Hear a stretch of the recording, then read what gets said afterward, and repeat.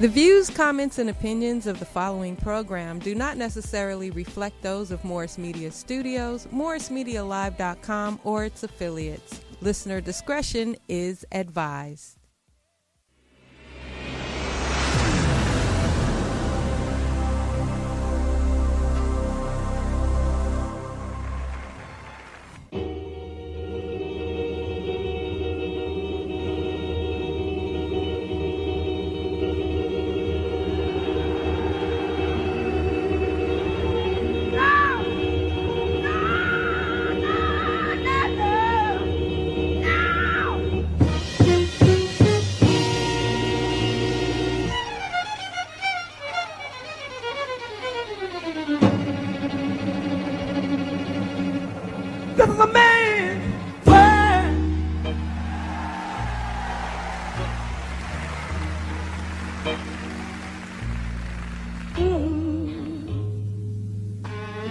But it wouldn't be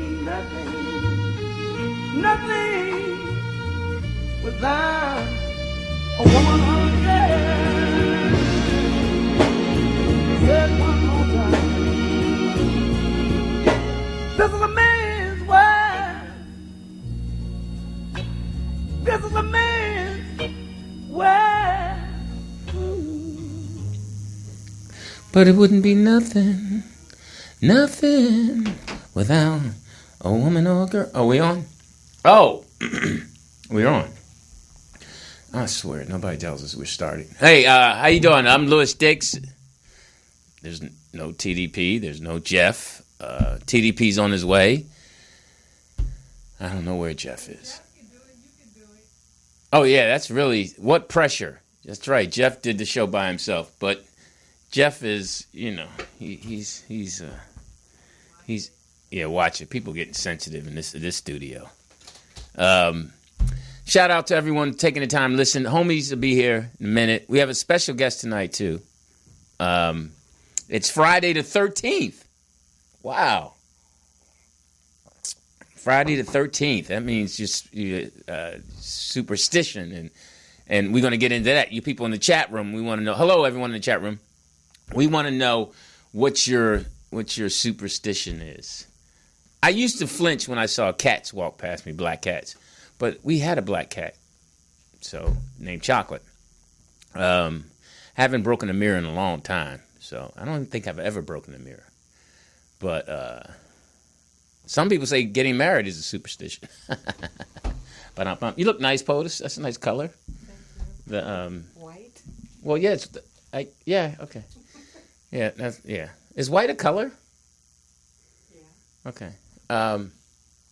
So for those of you who didn't I know there's no 13th floor in hotels. I remember someone telling me that, but it was a good day for me. I had a good day today. I woke up, and people always say that. I woke up today.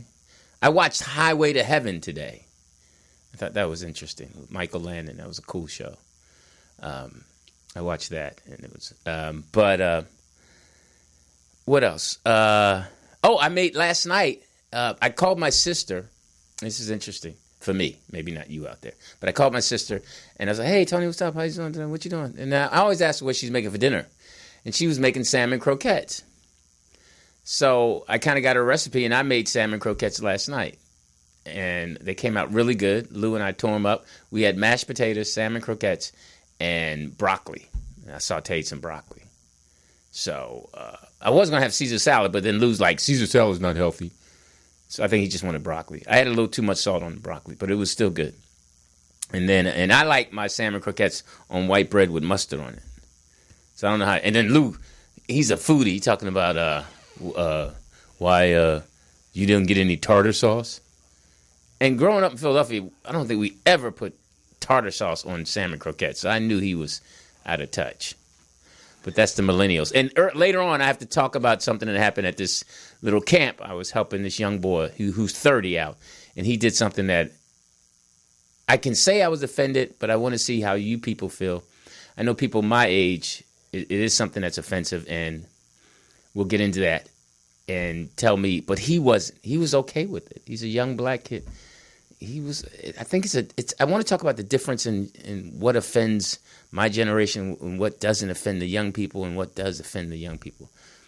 I know one thing that I thought was going to offend me was that Kiki in My Feelings videos that everyone was putting out. But I saw a couple of them.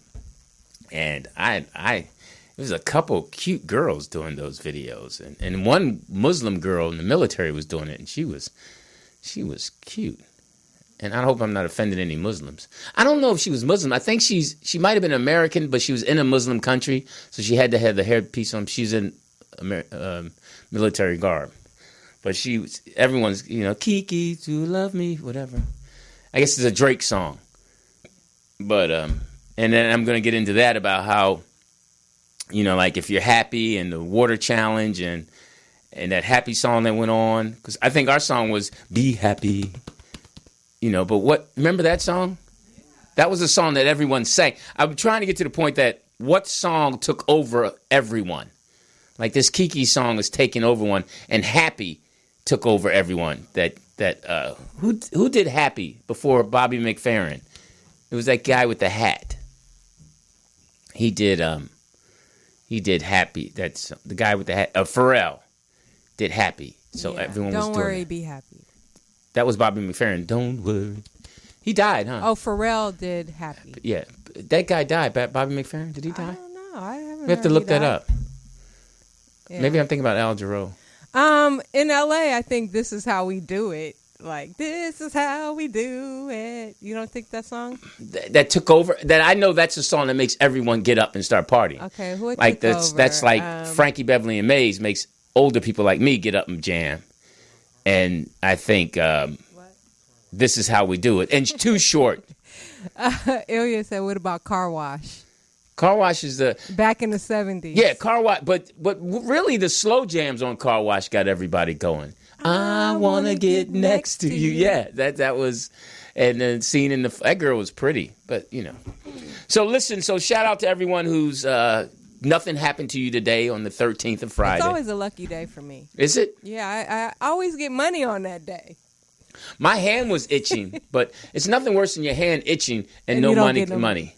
And just like, okay, enough of the itching. Maybe I just need to wash it, get some hand sanitizer. But my mom and them are going on a cruise. Did I tell you this? That my mom and sister and my mom's husband and the kids all going on a cruise. And my dad's going with his wife, which is weird. And my sister Tony told me that. And I was like, what? Why is daddy going on a cruise with mommy and his wife? That's just, my dad is just like that. I just don't get that. But I don't do boats well. Code 3's going on a cruise. Without you? Yeah, she's going with her girlfriends. Yeah, I don't go on cruises. Oh, my God. Oh, sure. She's going on a cruise, girl trip, quote unquote. Yeah, quote unquote. Hey, listen, I am way too old to worry about that. Do what you do. I'm trying to get me a date. Oh. While she gone. Like, I'm just kidding. Oh. I am way too... speaking of dating, maybe this could be a topic tonight. In this day and age, have the rules changed? Oh, definitely. I mean, is it okay for women to pursue men like men pursued women back in the day? I think it's a demographic. I think it's an age thing. I think if you're over 50, it's different. You do things differently. If you're, between, 40s, do things different, 30s, 20s. I think the internet changed the game, too. Yeah. And I think, because I've met some women who actually, I couldn't think to go online and date online. Someone on the internet. I just no way in the world I think I could do that. I just think you have to meet someone organically and you just meet them. That's my old school. Well, don't knock it till you try it. I don't want to knock it either. I don't want to knock it, but I'm just saying for me, and now that's what you have to say. You have to say for me, because you never know. And you never, like they always say, you never say never, but you never know. And, but some people, and I'm sure, what people say, it could be, your soulmate could be sitting there waiting on the internet. And my thing is, so click on. But, wow, Jeff must have been really good because this is hard by yourself. This is hard by yourself. People called in to Jeff. They're not calling you. That's all right. I don't want to talk to him anyway. Oh, wow. No, that's because Jeff did crack, so. Oh. Crackheads always got something to say, because Al Toomer, I'm sorry, he didn't do crack. I don't know if he did. Hey, I was going to do this joke I thought was funny about Al Toomer. I was going to say, we have a special guest, Al Toomer, and you make the screen go black. I thought that would be funny. But I know he'd take it personal. So shout out. Hey, Al, I don't know if you're listening, but I'm sure you don't have anything to do. Oh, wow. And I didn't hear your show. TDP's just said 6 minutes away. Now, in black time, what is that? 15. 15, right. Now, white time is 4 minutes. But black time, that's 15 minutes. What is it in your time? My time? I try to tell the truth. Because you've done that before. You go like, I'm 2 minutes away, open the gate, and then I'm sitting there like 5-10 minutes. Yeah, I do that. It depends on. I'm not generally. If it's work, I'm not late. If it's a show, Of course. I'm not late. It's the white man's establishment. No, a couple black shows I've been on time. Oh, a couple black shows. But I have, as you can see. The chat room wants to know: are you touching yourself? Well, let me just explain why. Because why you're touching yourself? Yeah, because I'm. No, below the table, like your hand has been below the table. No, I'm not touching myself. I did that already. Oh. I did that before. I did that before I got here. No, disgusting. I know. Did you just fucking wash your hands? Yeah. No, I'm getting. I've been working out, and I see that I'm getting bigger. So now I have to go back to more cardio because I have to get cut. I feel like I'm getting too big, as you can see. I'm getting too. Oh. I'm getting too big, and it's starting to make. It's starting. What's starting to happen is, and I have nothing against men, but more men are looking at me. So I think I'm, because most gay men are in shape. So what'd you say? You gay? No, but I'm, you getting that look. Where's this conversation going? No, I'm just trying to, get back to. I know the chat room is going to fire up after that. I'm starting to look too good. So I have to bring it back. So you have to touch yourself. No, I used the wrong lotion. My arm was itching right here, but it's better. Somebody in the chat room said. What? What'd they say? These people are on fire already. Is Jeff upset about the not funny joke? Yes, he is. I was very surprised at. But I wasn't surprised at because he hit me up referring to that. Now, if you remember when he first sat down, I told him that I went in on him. And even when Al Toomer got sensitive, Jeff was saying, this is what we do. We all talk about each other. And I was telling TDP, I don't understand why Jeff is upset because if we didn't think he was funny, he wouldn't be on the show. Now, I've carried Jeff for a lot of years as far as the funny goes. I've let him just be my friend, and that makes people think he's funnier than what he is. I know I'm wrong. But no. That's cold-blooded. And we've always had this underlining competition, Jeff and I. You know how it is when you got your best friend. Like you and Sheena are best friends. But we don't compete with each other. Because she cooks for us. That's not why. She's making tacos tonight, y'all. This is why I love Sheena. She's always doing what she's supposed to do in the kitchen. What? Handling her business as a woman. When I walk in here, she's talking that shit while she's cooking your food. She was cutting up chicken, and so I'm like, "What you making?" I'm making you some chicken tacos, Lewis, and I hope you like them. I was like, "Good girl." And then she bowed as I walked by, and I'm like, "Good." So you talking all this shit while she's handling your food. Well, she gonna go? No, she. I ain't. think so. She's a colored girl. She ain't gonna do that. Colored? I know. I'm being so mean. But no, Sheena's good people. So I was shocked. Oh, wait, speaking of the go ahead. No, go ahead. Go ahead about No, I was just surprised at because as a comic you have to learn. We're very sensitive people. Thick skin? No, we're sensitive. all comics are sensitive. You can bust us out. Most entertainers are sensitive. If you want to get an entertainer's attention, just say, hey, man, you're not funny, or I don't like your song, or something I don't like. Because we're in it to be liked. And we want people to like us. So sometimes we perceive people not liking us, and they're not even paying attention to us.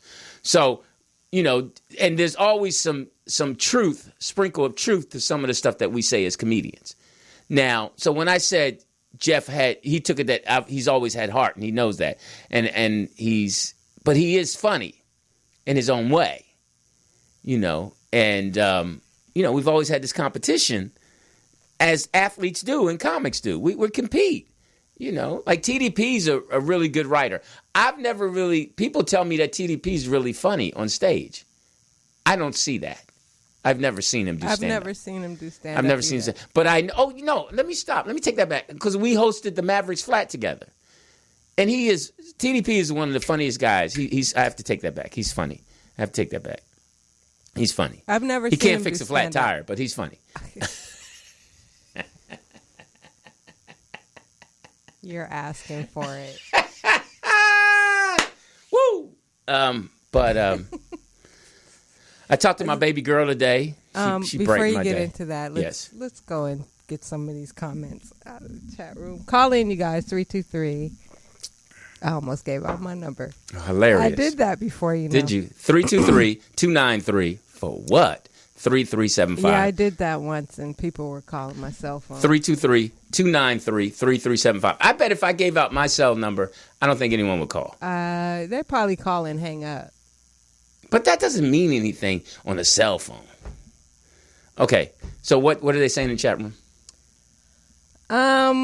Willy Wonka says, Poe, while Lou is by himself, this is the perfect time for him to do the nosy dance, too, in my feelings. What's the nosy dance? That young man he's a really interesting guy, because he should do stand-up. No, I think, I've been trying to figure him out, because one thing I get from him is that he's honest, that he's an honest young man, and he works hard, and he loves his kids. He's just caught up in this whole thing of being hard and not dealing with the fact that he truly loves his girl, his kid's mom. So he needs to focus on that. Shout out to Seymour. She's been traveling, and she's been asking for Seymour has been asking for a lot of traveling grace. But we'll give you some, Seymour. I'm glad you're back. She went to I think she went to Cuba. I can't wait to. Is this Jeff? Caller. No, this ain't Jeff. What the hell is going on here? What? Who's this? C McGee? What is this? Solo Nosy Productions? No, TDP's on his way. He had to do something. I can't give out what he was doing, but he's on his way. He'll be here in he said 6 minutes. 6 minutes up yet? Why? Why? What's up with you? Yeah, this is C McGee. What's going on? How you doing, What's up? Bro? You don't like my solo, John? You need help, bro. That's because I'm okay. you might be right. I probably bounce off people better, Yeah, bro. That's What's cool. going on, man? No, man, how's the family? The family's good. Okay. Now I can ask C this. Yes. So all right, I'm gonna put this out here, and then when TDP comes out, I'll repeat it. Okay. But C's on the phone. Can you call right back? You want me to call right back? Yeah, because we got to take a break. Can you call back in 2 minutes? Yeah, I'll call back. We'll call back in 2 minutes, and we'll take it because TDP just came and he said take a break. So I guess he wants to step to me outside real quick. We'll be right back and call back. See, yeah, we got that kind of power here. Tell people we only got one caller, but we have never told them to call back.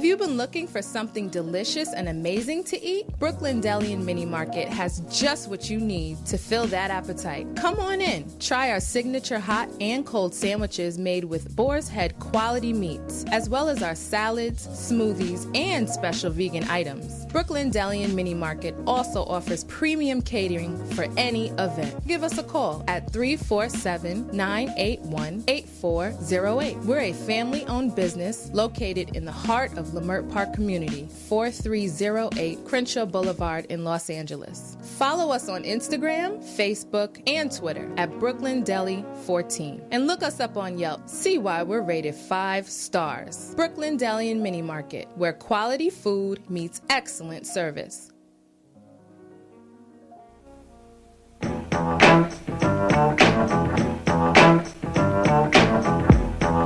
25% of the couples in this country are estimated to be in violent relationships. Listen to the hit. Listen to the hit. Listen to the hit. That is a fact.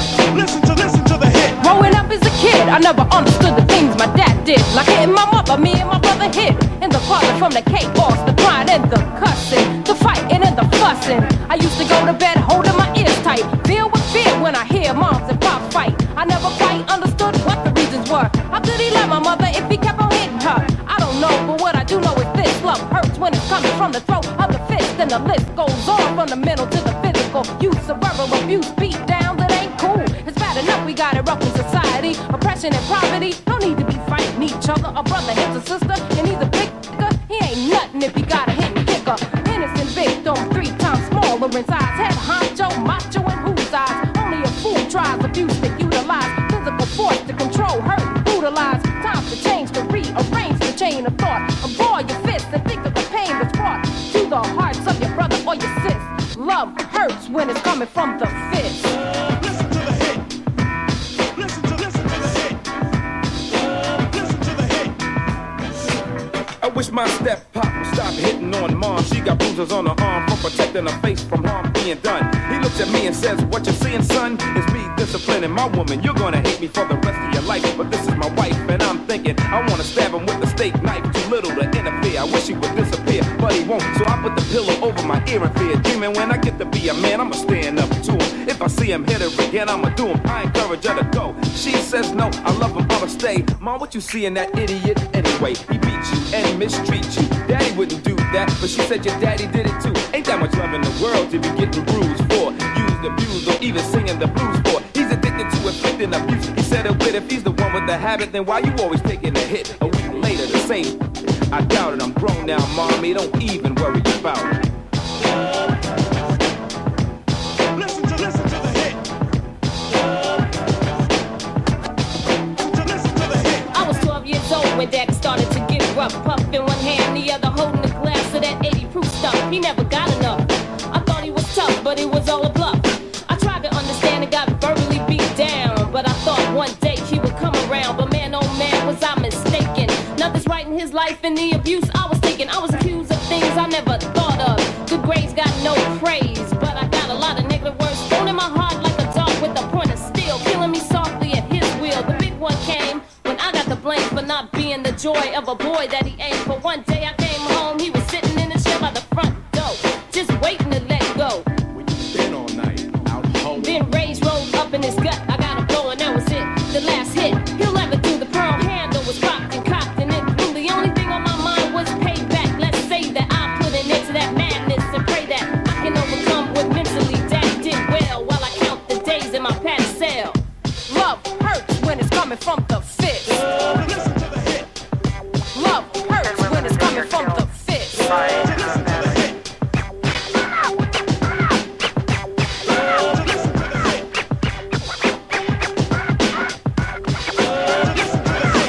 Does he love her or does he hate her? That's what I'm thinking as I look at mommy hooked up to a respirator. It started with a smack, and that smack became a punch, and then a kick, and then a broken back. But mommy never dropped down. That she's damn near blind. Yo, what the hell is on my pop's mind? I feel like getting daddy done it.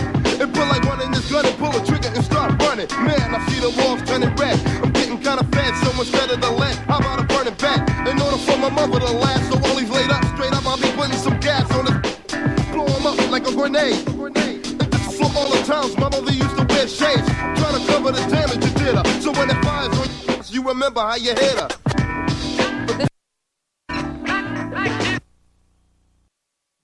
I'm Ray, and I quit smoking with Chantix.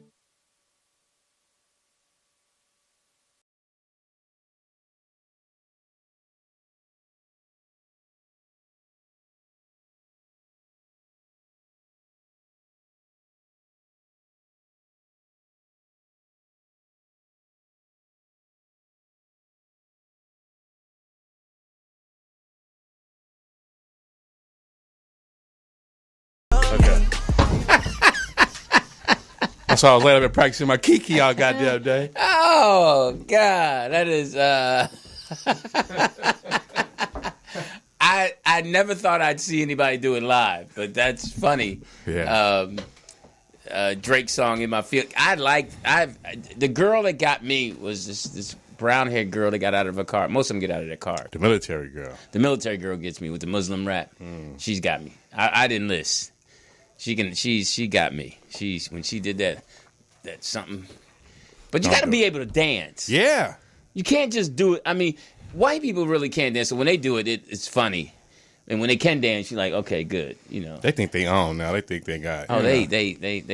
Debbie Allen started a lot of that mess. You know. Debbie Allen started. She got them going. But hey, welcome back. I'm Louis Shout out to Dix. Debbie Allen, though. TDP. And what's the name of the show? In a man's world, tighten up your belt. You're not a man yet until Louis Dix anoints you. And evidently, I couldn't anoint you by myself because we did have one caller. C called and said, "What's going on here, Mr. C?" Because I didn't have Jeff's talent to handle it one show. Y'all need to squash that. Yeah, I can't believe he was that sensitive. Y'all need to squash that. I think, you know what? He should go on Al Toomer's show until he gets over it. Anybody that gets sensitive should do a week on Al Toomer's show first. Then they can come back to us. I'm not getting into that either. All right. Whatever. These soft people. Hey, 323-293. For what? 3375. Where it's Friday the 13th. Hey, that was another thing I had asked people. If they had superstitions. Now, We're going to get into the history of the 13th? No, because you were not here. What's the history of the 13th? You got Fact Frida right there. You know, Excuse me. What's the history of Friday the 13th? It was Jesus and the 12 disciples, which made 13. That's a powerful number. Okay. So some other ethnicities don't respect that power because they know that ain't their power. So that's why they don't have 13 floors on elevators and yada, yada, yada. All that's based on Jesus? Not Jesus, but that's just something that can simplify your mind with, and giving you the. Thank you for the phone call. God damn it! And hey, welcome, caller. Who's this? Is C? This is Tuma, nigga. Oh, Lord. Ow, Uncle It's definitely Friday the 13th. Nah, I'm just calling in. I was hoping they would leave you there to die all by your goddamn self. So he can see how lack of talent I had. Al. So you can I was self-combust, gonna wait for an nigga. hour to call in, but damn, TDP showed up. You want to see this nigga self-combust? So Al saw me struggling. He was just cracking up, like, All you yeah. do is get up and just start telling jokes, man. I was surprised, man. What's wrong with you, man? You said you took one to the chin and couldn't handle it. What's going on? Oh no, I I'm just stuttering. No, Al. I was hoping since I had said something, you'd call in and save me. So thank you. First of all, how are you? I'm doing fine, Louis. How are you doing? I'm Good. sure you're doing better now. I know what it's like when you're bombing, your throat gets dry and all type of shit, and you start sweating. Too much truth, Al. Too much truth. Really. Hey, so is Jeff over there with you? No, man. You can stop insulting your homies and shit, man. Yeah. Hey, listen. You know it's all up. How was your show last week? Who'd you have on? It was pretty good, Louis. Check it out. And go back to my show on June, about a month ago, the 6th. And you'll see how it's done when because Jay was supposed to come and he didn't come, but I did a whole hour by myself and enjoyed it. I didn't shit on myself. Oh, okay. So you're telling me to go watch it so I can get some pointers. Yeah. Just do your stand-up, Louis. You can't do no interview or nothing there. You're there by yourself. Do your stand-up. That's a good point. Now, Al, let me ask you a question. Speaking of stand-up, when you first started, did you know what direction you wanted to go in, or did you what sent you in the direction to do the kind of comedy you decided to do? Thought provoking. I just decided to do it, man. And then David Banks, when I got out there, and Robin was the first one to bring me up. And when Robin passed, everybody was talking about, well, that motherfucker's just like Robin, but he ain't Robin. So Sharon called David, told him to come down and take a look at me like this motherfucker's original. He got his own style, and David Banks took me up on his wing. And that's when I got started doing it. But no, it ain't completely been at it. It's just something I do as a hobby. Now, what kind of... Well, excuse me, I want to say this. My favorite joke of yours is how Magic Johnson never invited you to any of his parties. So why would you... Well, he wouldn't go invite me to no party after I said that by Cookie. But, let me hear that joke. That's a goddamn classic right there. What is it? Let me hear it. What, though, about it, Cookie walked up on me and took up all her clothes. I busted her head with a brick because he trying to harm me. Yeah. Hilarious. Something like that. I ain't did that in 20-some years. But you can have it, Louis. Hilarious. You're sitting there by yourself. And then what happened at Carl's party last night? Were you there? No, I wasn't. I heard about that. He had a live 5-piece band. And the neighbors called the cops on him. And, no, I wasn't there. But I'm glad he, enjoyed his 81st birthday. I mean, we all hope to get He's still alive? Yeah, well, he gets up there, but why don't you start a rally or something for him, man? That's what I've been wanting to talk to you about, Louis. I mean, we all know the man is innocent in our book, but, you got 2 million goddamn followers. Why don't you goddamn rally us all together like a march or something? The day he's goddamn supposed to be sentenced, let's have as many niggas as we can outside the courtroom all over the country to protest. Now, somebody of your goddamn ilk should be able to pull that off. Well, we went down and supported him, Joe Torre and I, I saw the pictures of all that, but I'm talking about the day they handed down the sentence. He got to go back to court, right? He has to go back for sentence. I can't even say it. So sentence.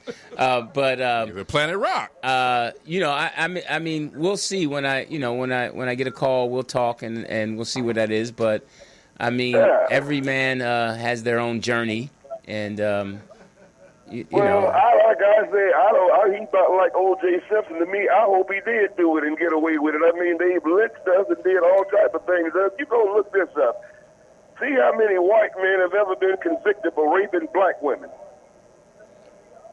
Well, only 5. Only 5 white men have ever been convicted of doing that. Well, we're trying to go mainstream here, and we try to stay away from that kind of stuff, Al. Basically, for you to let the bona fide nigga come up out of you, we want to focus on the Kiki in My Feelings Drake video. We really want to stay in that lane. You see me dancing? Yeah, I mean, we really trying to go with that and some knock jokes. We really just trying to stay away from the controversial stuff. Man, you did that shit for 30 years. It's about time for you to go for broke nigga and do some Bernie Mac shit, earthquake shit, even my type of shit, man. You're not a clean comedian, goddamn Louis. And we see where all 3 of you are. Talk about pussy, talking about whoop a bitch's ass. Nigga, I bet you be motherfucking hilarious. Because you're a black fat nose nigga. And people expect you to do this type of thing. They don't expect you to be Byron Allen, nigga. Hilarious. Listen, Al, we appreciate you calling in at this time. I really wish I could goddamn fucking come in and see you tonight, but I'm getting my dick sucked right now. And, well, listen, you tell that guy to take it easy on you. No, you the one sitting there talking about motherfucking guys looking at you more, nigga. Where'd you get that joke from? You working out in this moment, men looking at you and you know it. No, have you slept any of them? Listen, can you mute him now? I think we've gotten more information than we need. Thank you, Al Toomer. Goodbye, dicks, and I mean dicks, D-I-C-K-S.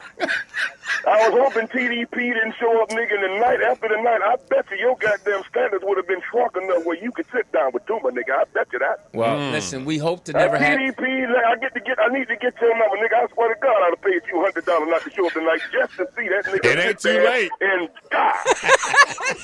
Good night, Al. That's... Goodbye, nigga. Goodbye. Listen... when you weren't here, Teeter, Louis said what I gay said guys. was, He was first. He was saying how in shape he is. I'm getting better. Showing his muscles and shit. And guys are and looking then at. Excuse me. He said, because gay guys are in shape. That's what he said. No, most gay guys are pretty fit guys. Okay, with that to do with you. No, I was just making a point. Listen, and first Why of your all, voice so high? And first of all, we're happy that that we can help Al Toomer and bring him on and Al Toomer's funny.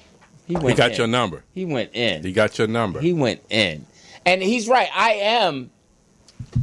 am that guy who chose to do clean family comedy. Mm-hmm. And I love watching dirty comics. They make me laugh. Lunell, I'm one of her biggest fans. She cracks me up. You know, Bernie Mac, all the guys who are blue. I love watching them. So why do you take that approach to it? Where it's just comedy. I understand you, Cosby, Sinbad, yada yada yada, whatever. That dude's going to jail.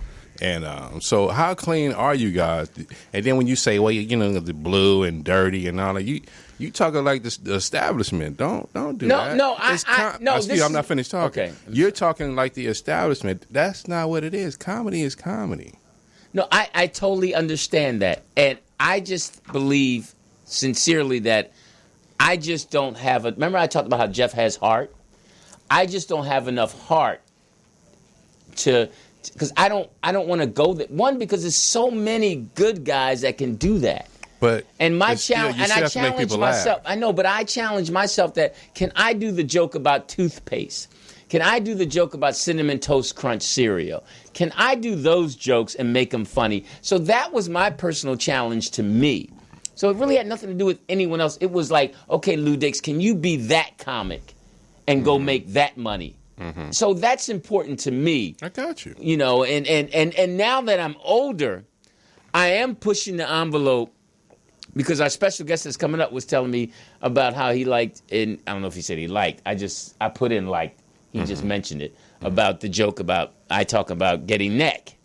Yeah, which is the closest I get to below the waist. Mm-hmm. Now I like that joke because it came honestly from hearing the song, and yeah, I think I want to go in the direction of talking about adult things, but not having to say the P word or the F word, and suggest it instead. Okay, I want you to say it in your brain, and let me paint it a different picture so then you see it. So it's kind of like jazz. Like I want to be that jazz guy because sometimes jazz. You're not the Thelonious Monk. You're not. Well, who? You're more like a Kenny G. I mean, if I could, get my jazz goddamn together, you know what I mean? You can be well-rounded in all things, LD, but people want to see you go to that side. Like, you could be at a position like, if I was to do a dirty joke, I would say it like this and then jump out of that character. Now, mind you, Cosby did do a midnight album. Thank you. He did a midnight album. And then I'm sure one day I will do a midnight show where it'll be me and you and the fellas, and I'll be the Lou Dix you've never seen. You'll get real. Yes. Okay. So I'll be about 108, but I'll you ready? Yeah, I'll have my French connection and go there. Because some days I do want to take that mic and go there and say some things that I want to say I say at home. It's still about being clever with it. You know what I mean? Some people just, but when you set up the joke and you throw it in there, then that gets the attention, and then it's the little cadences and it's the little nuances that keep you along to the end of the joke, like in storytelling.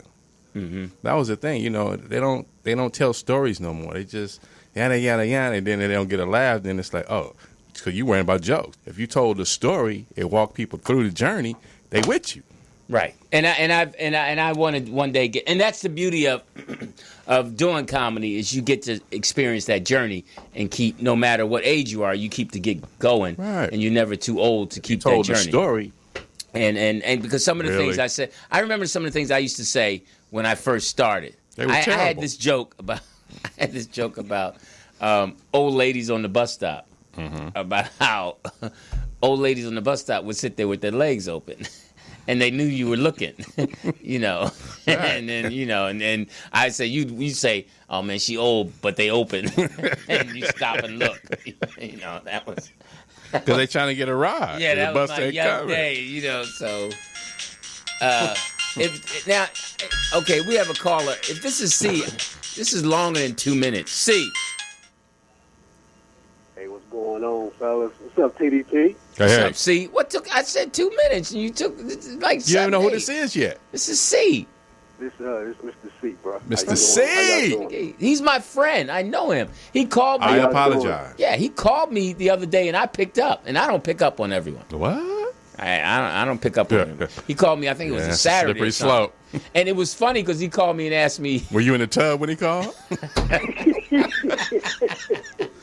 on, Mr. C, let me get my towel. No, he was sitting on his chase. Hey, as a matter of fact, I was watching TV. And I had to sit up. As a little weenie turns. Now, that's the thing. Whenever a guy calls you, you sit up. I won't lay back on my chase. I'll sit up because I have to be in a man position. You have standards. Yeah, I'm not going to lay back on the chase and talk to you with my legs crossed. Gotcha. I sit up. So how are you, C? Al Toomer. Yeah, Al Toomer. Al Toomer just called and turned down the whole show, bro. Oh yeah, he's a funny man. On fire. Yeah, he's a funny man. He's funny, but he's still Al Toomer. Hilarious. I don't know what that means. It doesn't mean anything. He's just a funny brother, and we love him. We're comedy comrades. So hey, how's the wife, the kids? Everybody's well. Thanks for asking. Now are your kids doing summer reading? You asked me that like 2 weeks ago. So do that because I know my kids had summer homework. Your kids have summer homework? Nah, like I said, they both are very autistic. So they people ask them to draw stuff for them and pay them. So they do that. Oh, wow. That's what they do. So, yeah, they're good. No, but your kids are in high school, right? Yes, sir. When they were in middle school, in the summertime, did they have to do workbooks and stuff? Yeah. Just to, stay ahead, yeah. Right. Now, your son's going into 11th grade or 10th? Well, both of them are going to the 12th. That's right. They're last year. Wow. So now, have you filled out college applications? You know where they're going or think about going? Hey, man, they get letters like my daughter gets letters every week, bro. From University of Michigan. She has got something from Carthage College. My son got something from University of Minnesota. Mm-hmm. So now, are these athletic letters or academic letters? Well, I'm asking. Both? Hey, man, I was asking what kind of letters they are. Man, it's Friday night. We drinking. You talking about fucking summer school and books? Well, I'm just wondering. Fuck. What about me? Man. Did you get pulled over on your way over here? Almost. I'm sorry. Go ahead, C. Finish. No, I was done. I said both. They give from both. Athletically and scholarships and academic. They give both. Now, let me ask you, with twins, with twins. Now, people don't know. Yeah. Now, it's a lot of people that have twins. What are some of the myths about twins? Do they? You know how they say that they know each other so well? Is that true? Have you noticed that with your twins? When one's feeling pain, the other one knows it, etc. My son joked when my daughter was out of the country and she was sick, and he was like, she was texting us back and forth, and he chimed in like, yeah, I'm sick too. So I think he was joking. But, I don't know, man. Are they close? Excuse me. Here's a better one. Here's a better one. Here's a better one. You mean like a better question? Here's a better one. If one is up and one is asleep, and one is up chewing and the other one sleep, is the one sleep chewing too? I had to do the investigation on this, bro. I have no idea. Okay, I'm gonna need a report on that by next week. I had to get on this. I had to do my investigative report on that. That's the shit I want. Did I just see a Mexican lady walk through with tacos? No. Hilarious. But no, man, I'm just going to assume that they do have some type of, twin connection. Right. I'm just going to assume that. But in regard to seeing it, because they both, they're fraternal. So they both are, they still have their own personalities, too. Gotcha. So, wait, you say I've always been confused about paternal. What's the difference? Because of the gender. They're not the same gender. Mm-hmm. Oh, okay, got it. That's what makes Male the and difference. female. Yeah. Okay, all right. So, but do they look alike? There are similarities around the eyes. Mm-hmm. Okay. Now, what's the difference when one doesn't look like the other one or something like that? What's that called? They ain't twins. Different daddies. Yeah, thank you. Did you make them dress alike when they were growing up? No. Because they're fraternal. They're boy and girl. No. Oh, all right. He's not paying attention. I'm sorry. So how did your parents make you dress just like your sister? You know Yeah. what? You know what? Hey, how many barrettes you had in your hair? Hey, you know what? Hey, if it fit, you wore it. If it fit. Was your sister's mustache as thick as yours at 12 years old? You got one growing up? What the? Where do you get these questions from? Hey, I don't know. Hey, you're right. See, let me ask you a question. See, another unnecessary question. Do you have any superstitions? I mean, where are you on the superstition chart? Do you black cat, mirror? I don't have any, man. I just try to live, man, and let live, bro. I try to be peaceful. I have no superstitions, man. Oh, yeah. Mm-hmm. Those kind of people. None, man. How now? Your mom and dad are still with you? My mom is still alive. My dad, I don't know what that nigga is. I have no idea where he's at. Wait, you've never met your dad? Never met the guy. Now, okay. On the serious tip, as man to man here. Yeah. Now, you at what age did you? I'm hoping this man. Yeah. What's the disclaimer for? I don't know. But I don't know. Unless you bought the morphine or something else, I hope this man. No, I'm with you. Okay, but at was there an age when you start wondering about your dad, or asking, or saying to yourself, "Why isn't my dad around?" About 9 or 10. And what was did you ask your mother that, or was it yourself? Talking to my mom about 9 or 10. You know, she showed me pictures of him and whatnot. But as far as how did that go? You went to her or what? What happened? In the pictures, was he running? Yeah, back of his head. But that's your daddy hopping the gate. Stupid. You stupid. No, I just went to her. It was like, what's up with my dad? Who is he? All that kind of jazz. And she was just like, he and I didn't work out, and that was that. Did he live in the city? I don't know where the brother is, but so you never met him? I wasn't trying to find him. I ain't trying to find him now. I don't know whether I have no idea. So you have no desire. Here's your dad with a fake loaf of bread.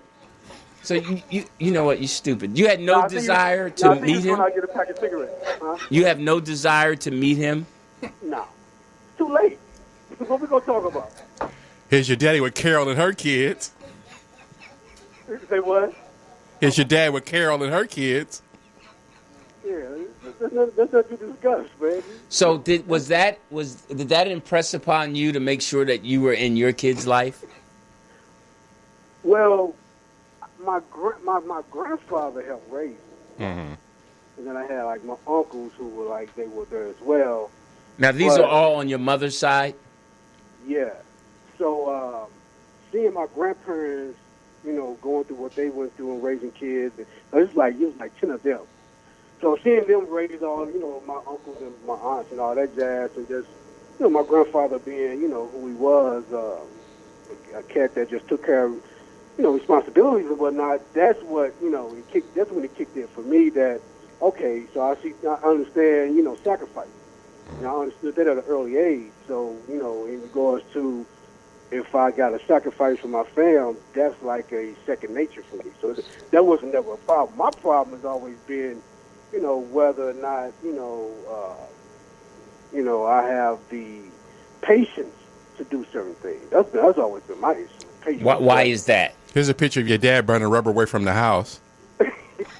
But why is what? Being impatient? Yeah, I mean, yeah. Because I'm accustomed to getting what I want when I want it. That's interesting. Well, I know your kids are happy that you're in their life and it's important. Oh, yeah. And you said all that to say what you're going to say right now. You feel good about yourself? No, I like C. C Y'all is can talk cool. about that on your personal time. You got his number. I've never called him. I guess I should. What's a good time to call you? Hilarious. What time do you get out the tub? Hilarious. No, I'm going to call him. Because people tell me. I can't tell. People tell me. My boy was telling me that Lou, I always got to call you. You never call me. And I need Hey, to. bro, it's no big deal, bro. I'm going to call you, though. I'm going to call you. And I don't know when. You got a purpose for doing it, though, right?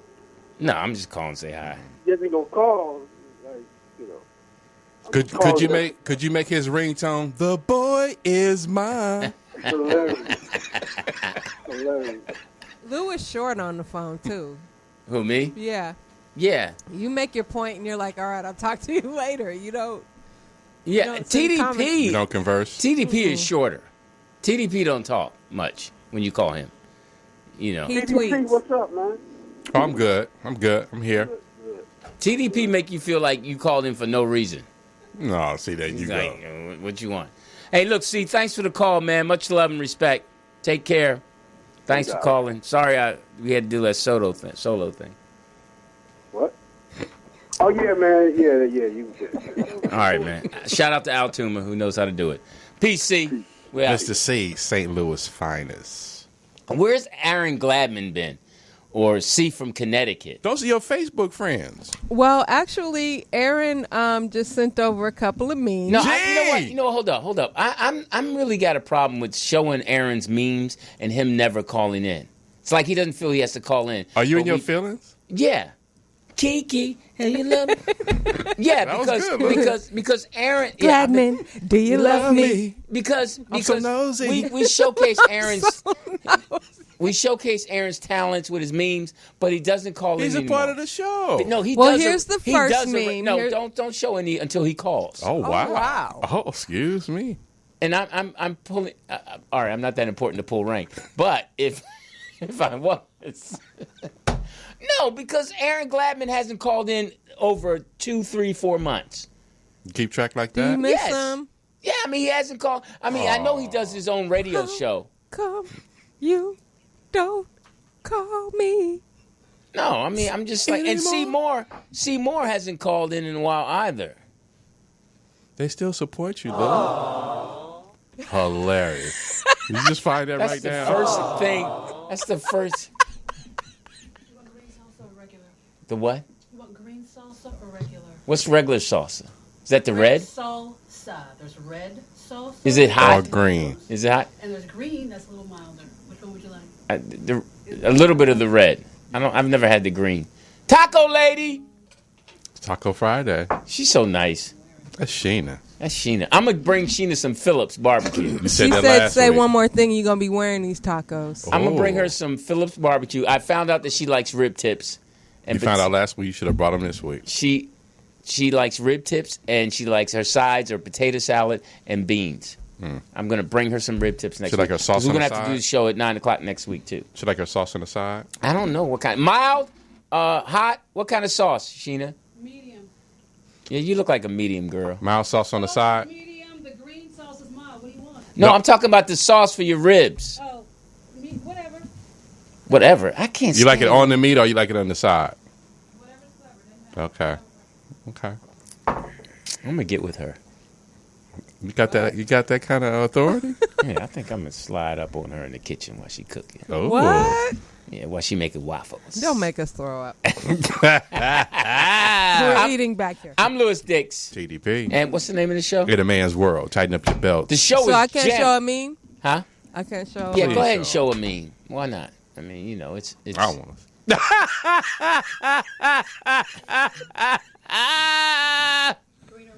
Am I Sugarfoot? Okay, thank you. No, you are from Verdine. Oh, Verdine. Oh, Oh, that's sad. hilarious. Now what? And My hair I'm would be Philip longer than Bailey. No. Who is Jeff? Jeff is, Oh, Girth, Sin, and Tire. I just saw that. Jeff is. Well, we don't know if Jeff is still in the group because he's missing. In Oh, action. stop it. I love Jeff, man. He's my boy. Hilarious. Go Your way hair back. is luxurious, Teeter. It would have been a little longer, but I ain't tripping. Hilarious. The forehead is killing me. It is 2 minutes. It is 2 minutes after 10, and I am still buff. We have one more Another meme. tribute to Teeter's Kiki dance. Look at your hips. Your hips are killing me. I have no neck. Yes, no neck. You look like Faison in that picture. Hilarious. Shout out to Faison. Faison love. Go, I got to Teeter. tell you about my. I had a treat last week. What'd you have? I was on the set of Dolomite. Oh, you said that. Yeah, and we're gonna. Did I say that last week? Yeah. Oh, well, we're gonna Up at come. Charlie's. Yeah, I said that last week. Huh? Oh, so much for that tease. Listen, Does it look like it's? I think Eddie Murphy. Eddie the Murphy's perfect person. Eddie to Murphy's play a him. genius. Mm-hmm. Eddie Murphy's a genius. I am. That is one person I would pay to see anytime, and I am honored that he takes the time to come say hello to me. Yeah, I think he's gonna play the hell out of Rudy Ray. Oh, he's And, gonna get into character for sure. Eddie Murphy. I mean, you know, certain people be like, I wish I grew up with that person. Now, is the movie about Rudy Dolomite. Ray Yeah, Moore, it's or is Dolomite he story. remaking Dolomite? No, it's about Rudy Ray Moore's story and how he came about. Yeah, I knew Rudy Ray Moore. He was a really, really cool guy. Okay, so listen, we'll be right back. We're gonna take a quick break. I'm Louis Eat the Dix. tacos. TDP. Yes, gonna eat these tacos, and we'll be right back in 2 minutes.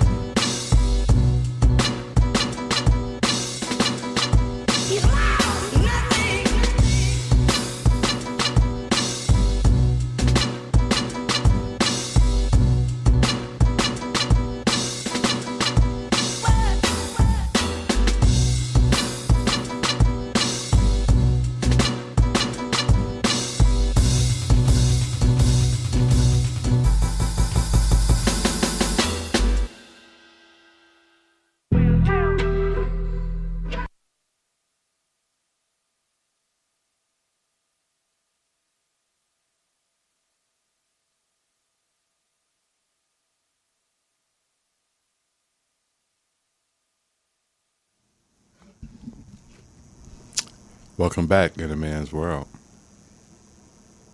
Really, Lewis? Oh, shoot. I didn't know we were back. How'd you hide your food? You a snitch. Well, now I'm gonna be honest. I have. Can you? Yes, I have adopted, and now my ex was really big on this. I have adopted to flossing a lot more. Mm-hmm. I have those little sticks. The little individuals. Yeah, my car and stuff. So I have been flossing after every meal. Mm-hmm. And I like it. Because my kids have been cracking on me. Mom said you never go to the dentist. Mom said you never go. I was like, you know what? I think it's time for y'all to start talking about what your mom said I don't do. Y'all are family, so families have conversations. And I was talking earlier about how my baby girl made my day. She called me and told me how much she loved me. Feminist. That's my sweetheart. How's she doing, LD, from the accident? She's recovering? She's full recovery? Yeah, she's fully recovered. I guess she's giving neck now. Never thought to hear that from you. That's my sweetheart, man. Peyton is my baby. That's your girl. She is. That's your girl. Lou and I are butting heads a little bit. Because he's taller than you. But we had salmon croquettes last night. Okay. And he's got more of his mom in him. Mm-hmm. And I think Peyton has more of me. She at least knows how to play you along. Lou's just blatant. She's daddy spoiled, little girl. You know. But so listen, I'm Louis Dix. TDP. And what's the name of the show? In a Man's World. Tighten up your belts. It is Friday the 13th, and I was asking the people in the chat room earlier, TDP, if they had any superstitions. I don't know if any of them have said anything, POTUS. And thank you, Sheena, for the tacos. They were really good. This girl's working her way into staying in the kitchen. She is really putting in work. The waffles, the chicken, the tacos. She's a great cook. Now we just got to see how she makes eggs and bacon. So we got to do an early show to see how she does that. And then some steak and, you know. Oh, you're going to give her a menu now? Make sure she's on the job. I mean, she does it well because she's nothing like a good-looking woman in the kitchen. She looks good in that kitchen with. That doesn't sound right. I know. Okay. So listen, I don't know where John Lemon is. I know you guys miss him. He is a talent. We love him on this show.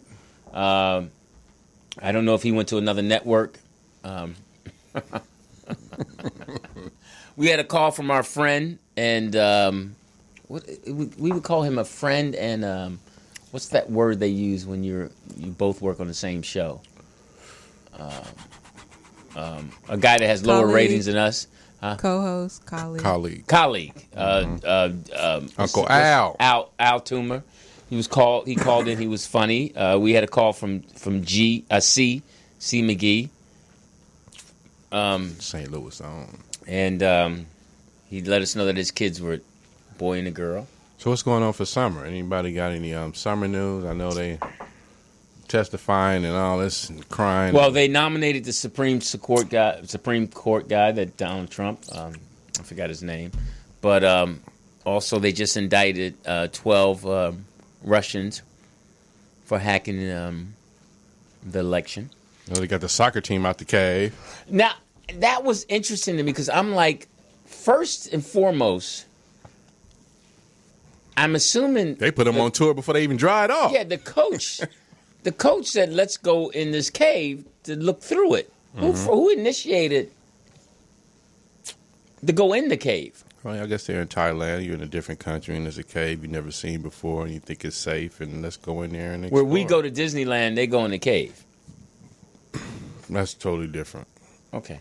So, but they're out. They're healthy. They're all saved. And Disneyland is made up. A cave is something that's natural. Got it. Now, also the World Cup. We have France and I forgot who the other cat. Who's the other team? Well, we got somebody in sports we can talk about it today. Oh, right. We're going to bring in a special guest. Yeah. Who we just talked to off air, and he seems smart. He's really from the Bay. He's from the Bay Area. Yeah, he was talking about. I like her. She's from the fake Bay. San I'm Leandro. from East Palo Alto. Oh, and I was talking to him earlier, and he said he heard me and Guy Black going at it at the Guy Black comedy show that I hosted. And he was saying I went in on Stevie, but but Guy Black was on one. His little poop butt. But Guy Black's always been on one ever since the Foxhole. He's been who he is. I met Guy Black in Indianapolis. I met him. That was his home. Yeah.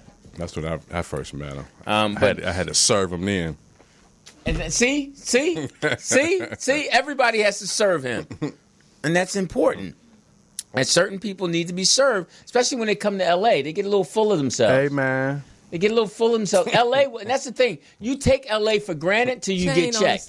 We did a chain on the inside, chain on the What's that mean? Remember we was going through the run through and he had his chain out his shirt, and I said, "Guy Black, man, tuck your shirt in. We can't concentrate." Tuck your chain in. Chain on the inside, chain on the outside. Yeah, we wore that And he out. tucked it in. Yeah. He hated us. Between him and Greg Shelton. Yeah, he did. We gave him hell on the road. Yeah, he did. And he always tried to act like he knew what he was doing. He's like, TDP, what I need you to do, man, see.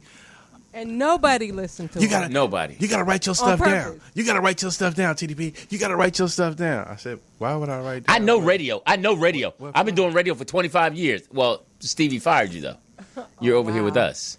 So in that conversation, I heard that you were going in on Stevie that night. I was just telling jokes about how Stevie, people whoever pick out his colors need to tone them down because in the 70s his colors were really bright and that stuff. And then the man is an icon. And icons need to be left. And the thing was, Guy Black was saying that his wife was there and she's real sensitive. How's she gonna be Stevie Wonder's wife and be sensitive? Man is an icon. I mean, come on. But that's what comedy. That's what comedy is. I mean, Robin Harris used to go in at him, but then again, that was Robin Harris, and I guess Stevie felt that was Louis Sticks. But he shook my hand, said thank you, and then called me an MF. I should have sued him. Stevie called you a. You were funny, mother. Oh, nice You were funny, mother. Yeah, that was one of my proudest moments. Doing the this is the old KJLH with the window on Crenshaw. Oh, I'm right by the funeral home. Right next door. I used to we be was there. in there. My boy Jeff Gill, we in there doing the show. We killing. He walked right in. I was just like, He said, "You guys are doing a wonderful job." Took a picture with him and everything. He looked right at you. Yep. He did. He did. It is 10:17 on Friday. Pacific Standard Time. And for those of you on the East Coast, I guess that would make it 1:17. Chris from Connecticut, what about where are Mountain you? Standard Time? That would make it 12. Something. What about Hawaii? I don't know. Hawaii is, I think, 3 hours before us. What is that? Like 7:18. Oh, they chilling in Hawaii. Shot them all out. The weather has been incredibly. Last week it was burning up out here. 111. If you didn't have air conditioning, you did not lay down with somebody and be intimate. Well, I actually stayed here a few days because I don't have air at home. Really? I don't have air at home either. And it was Code 3 and I were chilling. Did you go to her house? She doesn't have air. Is her place cooler than yours, though? I don't know. We just both had attitude. It was I'm like, why did they build places without air in this city? And I went to Home Depot to get an air conditioner, and they were out of them. So I went, and and as soon as I pulled in, the Mexican said, "No more air conditioning." They just told me. A lot of these places were built back in the 30s and 40s. Before it was hot. Before it was even air conditioning. Now I have a situation I want to talk about. So let me finish talking. Okay. So what they would do, they would go get the block of ice. You can still get one from Jefferson and Crenshaw right there behind the gas station. It's still the block of ice. You can get your ice chest, put the block of ice in the chest, put your fan on top of the ice, and it'll cool the house. Oh, okay. Yeah, that's what they did back in the day. That's a ghetto moment from TDP. That's not ghetto. That's how they used to do But it. Ain't you got to understand who you're talking to. Now here's the interesting thing. I was at Smart and Final today, and I saw a Jewish family using the wick. Tripped me out. Why would it using trip you what? out? Wick. What is that? Isn't that That's a county. County. Oh, like a EBT card? Yeah, but they had a coupon. Wick. That's the booklet. Yeah. I was like, what? Yeah, get the milk, cheese, butter. Yeah. Where can I get one of those? That's what I said. I looked at him. I was like, yo. I thought they was traveler's checks. What y'all filling out up there? Checks. So they had the OG food stamps? No, it's a WIC is WIC. It's a whole nother Look it up. Yeah. WIC. WIC. I know. I heard of WIC. Okay, so and I was getting popsicles for the little camp that I'm helping with. A young friend of mine who I coach with is doing this. He's 30 years old and he's doing this football camp. Okay. Now he works at this private school, really high end, to where even Beyonce kids go to. This is how expensive it is, really. Now he's a great young man. He has his master's. I coach with him at the Willows. And, it's great father-son thing, great thing. And he said, hey, can you come help me out with, I need your expertise in the camp. I was like, yeah, sure, I'm not doing anything. I'll come. Gotcha. And first I wasn't going to charge him. Then I saw a couple white boys. And I was like, hey, I'm charging you. And it's from 7 to 2. And it was interesting. So he... we're talking about the week and what we're going to do with the kids. And then he told me on Thursday, now mind you, he's 30, that we're having a watermelon eating contest. Now, mind you, it's all white kids and 2 black kids. And one of the black kids are adopted by a white family. So I was like, what? I was like, oh, hold up, man. You can't be having water. I said, are you really? This your emotional response or? No, I just said, really? Watermelon eating contest? So he was like, yeah, wow, what's wrong with that? We did it at the basketball camp. It went great. I said, all right. So then right away I put my son in his place. I'm talking to my son. I'm like, so, okay, right. What, do you understand, the history of blacks and watermelon? Yeah, it's like a stereotype about blacks eating watermelon and chicken, right? I was like, no, it goes deeper than that. I'm listening. And I said, he's like, why, you're not cool with that? I said, no, I'm not going to participate in that. I said, and I think you need to rethink it because I said, it's just not something you want to do. White kids eating watermelon, having a watermelon. He's like, well, what's wrong with it? I was like, well, why can't you choose cantaloupe or pineapple? Okay. Why watermelon? So. Well, watermelon is one of the most perfect fruits for us. Okay. Well, flash forward. Here Fights off diseases. The white part of the rhyme has properties that's better than Viagra or Cialis. I didn't know that. I don't like watermelon, but I guess that was the whole stereotype behind us eating the watermelon because that shit is a superfood for us. Okay. I didn't know that part of it. But that's why they turned it into a negativity. That's what I'm trying to explain. Okay. And again, I didn't know. You know now. You're going to learn something today. So I was asking the people in the chat room. I didn't ask them yet, and it made me start thinking. I'm going to get to the call in a minute. It made me start thinking about. Caller.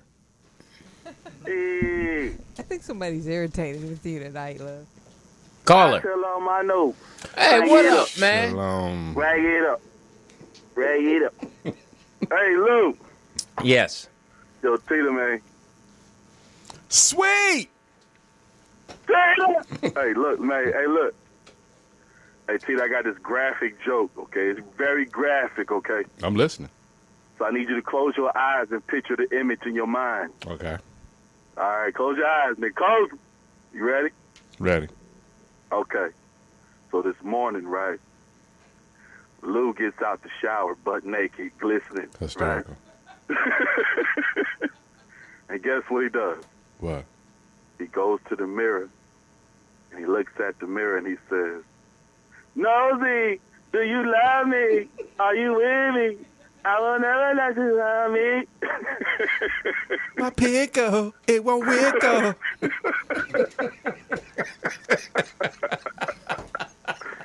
Yo, Peter, man, you really close your eyes, nigga? Yeah. Oh, man, I fucked you up, dog. How you doing, man?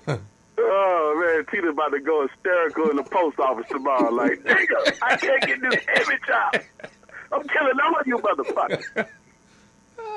How you doing, man? Man, I'm chilling, Lou. What's going on, Lou? Did you have a good week? Oh, Lou, man, you know, man, shit, Lou, man, bruh. damn. How's that summer money? How's what? That summer money.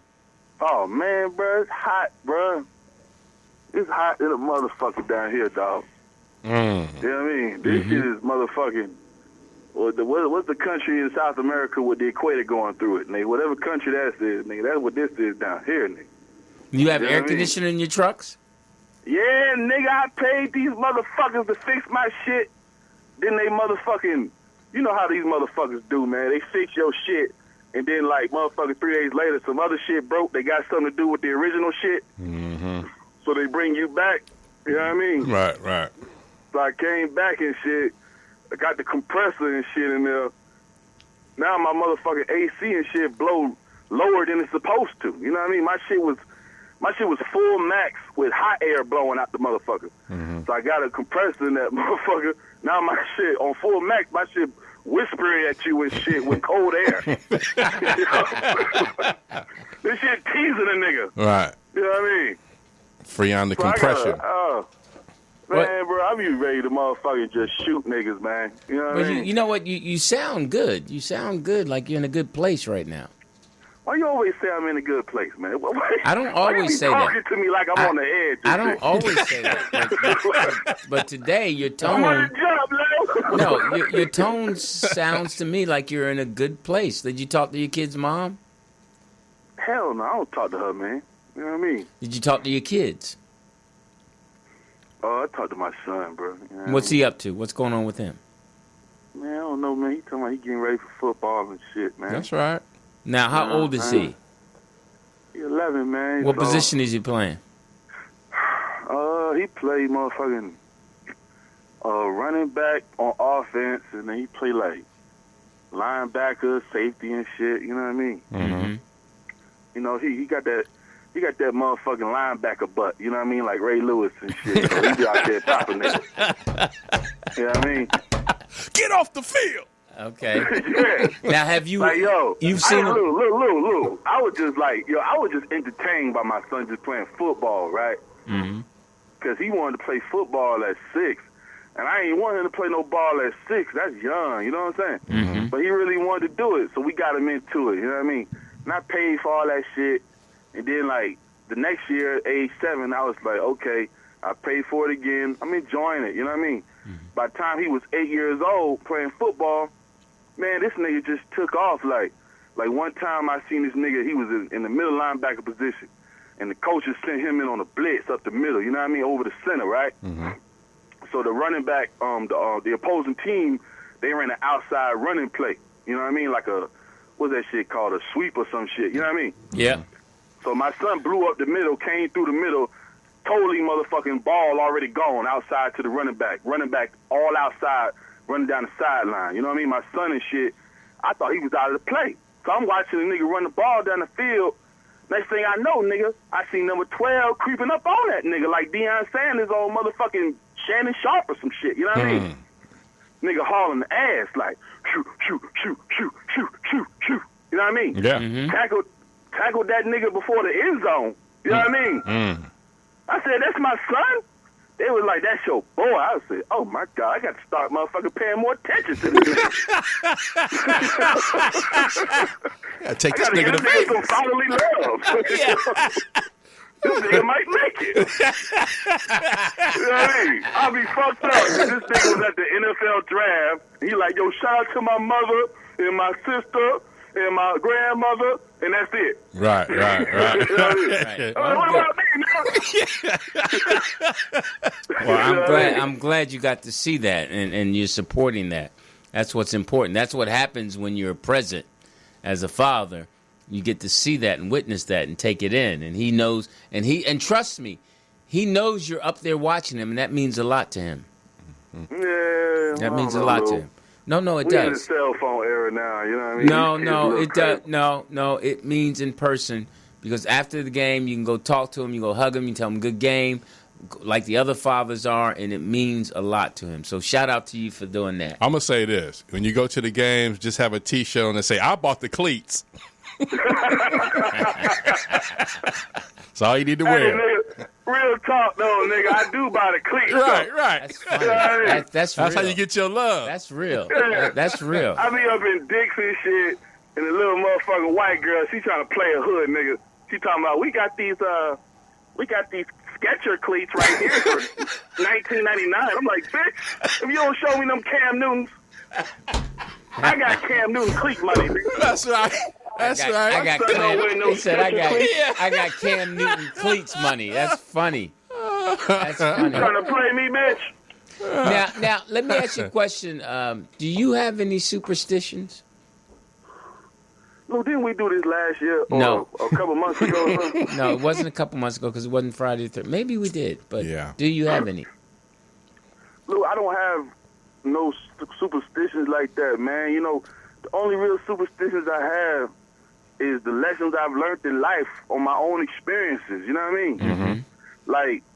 Like, okay, never lie to motherfuckers. You know what I mean? Mm-hmm. Cause that shit right there, man, that shit paints you as a bitch nigga for real. Mm-hmm. Like you could be a nigga that's, you know, working at Wendy's and shit, or you working at Popeye's Chicken and shit. You frying chicken all day, but niggas will fuck with you and show love to you if you a real nigga and you stand on your square. That's right. Right. So never lie to niggas and shit. Don't be no lying ass nigga. That's a good point. And never fuck with niggas. I really don't take niggas seriously that lie to females. You know what I mean? Right. Like, if you put your dick in a woman and you fucking with her and y'all dating and shit, but you lie to her about little shit, my nigga, I really can't take you seriously because if you lie to her, my nigga, you'll lie to me. Bong. See what I'm saying? Yeah. So it's just like I don't have superstitions, really. I just got life lessons, you know what I mean? Just shit that sticks with me over the years, you know what I mean? Yeah. Yeah, and the last April 13th we had was in April. Was April 13th. Was the last Friday the 13th. Okay. Shout out to Nose Frida. Put that on a T-shirt. Hey, listen. I'm glad that you're in a good space and you got to see your son play look, ball. let me tell you something, man. Yes. Let me tell you something, man. Yo, look, man. You remember that girl I told you about? That I said was like little Oprah Winfrey and shit, little young Oprah. Yeah. I remember. Yeah. So like, you know, I only smashed her one time, right? And cause she got a nigga, you know what I mean? Yeah. But I popped in at the right time when her and the nigga was having problems, so you know how that go. Mm-hmm. But she lived in Dallas, Georgia. That's like, shit, I don't even know. That's damn near like Atlanta to like Ontario. I mean, not Atlanta. That's like L.A. to Ontario, kind of. You know what I mean? Okay. 45, 55 minutes. Yeah, I'm not driving way the fuck out there for no bra. You know what I mean? Right. But anyway, so the girl, my home girl that hooked me up with little Oprah and shit, I don't know what the fuck happened with her, but this bra was on my dick and shit, right? Mm-hmm. I don't know what girls be talking about, because, you know, females is trifling, my nigga. They be, you know what I mean, behind the scenes and shit, they be talking about a lot of shit about niggas, you know what I mean? Right. So young lady and shit, my home girl and shit, who was friends with little Oprah and shit, she was on my dick real hard and shit, trying to throw the pussy on me. You feel me? Mm-hmm. What's going on? Y'all niggas got an air fryer in there? No. They said, what's going on? Don't turn that on, nigga. Still gotta heat up my taco. Bitch. All right. But look. Go ahead. I'm like, yo, baby girl, you my home girl. You know what I'm saying? Like, I don't know what the fuck you got going on, but I'm not gonna fuck with you like that. Mm-hmm. You know what I mean? Mm-hmm. And my homeboys is like, because niggas be watching, right? Because you know how niggas is when a big booty in the room and shit. The niggas want to fuck and shit, so they watching her and shit. Poison. Yeah, you know what I'm saying? Mm-hmm. So them niggas is watching, and like, yo, niggas came to me like, yo, one man, you know what I'm saying? Yo, Jazz want to fuck with you, nigga. I know you fucked the nigga. I'm like, yo, chill, bro. You know what I'm saying? Oh. Like, Jazz is the homie, you know what I'm saying? Yeah. Mm-hmm. But at the end of the day, I'm like, yo, bro, if you want to fuck with her, my nigga. And they like, oh, this nigga right here fronting and shit. Nah, bro, I'm not fronting, bro. That's just something I don't do. Like I like when I was younger, I would have did it. Right. You know what I'm saying? Mm-hmm. But now I'm an old nigga, so it's like I don't want them problems. You know what I'm saying? Like because I like her as a friend. Gotcha. You know what I'm saying? Mm-hmm. And if I was a young nigga, I would do it. But I don't want to lose her friendship as like my hangout homie and shit. You know what I mean? Showing your peacock feathers. Yeah. Yeah. Mm-hmm. And like, Lou, am I a bitch nigga or what, man? Should I smash the homie? No, you shouldn't. You should do the All right. nigga, You should do the right let me thing. go to our other nigga. Peter, should I smash the homie? You like her? No, I really don't. I mean, she attractive. She from Texas, nigga. So she got ass and titties and she cute. Mm-hmm. But I'm already like, I done fucking already talked to her like a homie. Like she kind of like my little sister because she's 27. You know what I mean? No, just wait. Just keep talking to him, and if it's gonna happen, it's gonna happen. Let time go by, and then the timing to be right if it's necessary. But right now, it could just be a thing of her testing you, and you even testing yourself. Be the man that you are. Lou, that's what it is, Lou. She trying to test the nigga. Right. So don't. I don't know what her and Lil Oprah talked about. But now she's trying to motherfucker push up on the kid, you know what I mean? No. You be the better person and let her be who she is. Because if she'll do that to her girlfriend, she'll do some other dirty stuff to you. Yeah, you just be the master of your own chessboard. That's all. You move when you want to move. Yeah, pawn the king 4. Yeah. Hey, listen, man. Be careful out there. Love your kids. It's a wrap up? It's a wrap up because we got to take... Where the music at, nigga? And trust me, the music is my voice because we're coming back with a special guest. Where Poe at? Poe. What up? Did you play my video? Oh, yeah. Let me play this video. Yo, you gotta show TDP this shit. Yo, right. TDP. Play his This video. is the original Crip Walk, nigga. Play his video. Nigga, this is what that shit is, nigga. All right, man. Love you. Late. All right, look, I fuck with y'all nigga TDP. Poe, I'm out here. Well, it's sweet. Take it away, Crip. Take it away, Crip.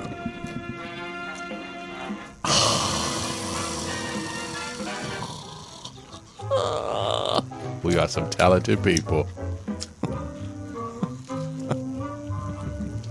Ooh, boy got hang time. One night only.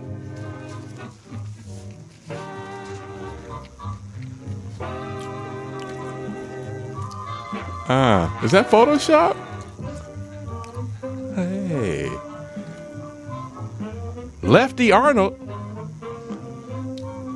He's a Capricorn. Yeah. What did he steal?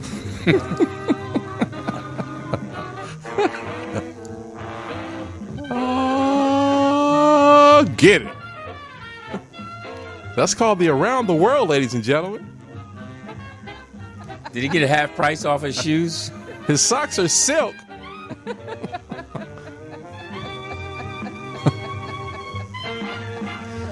I want to be in show business.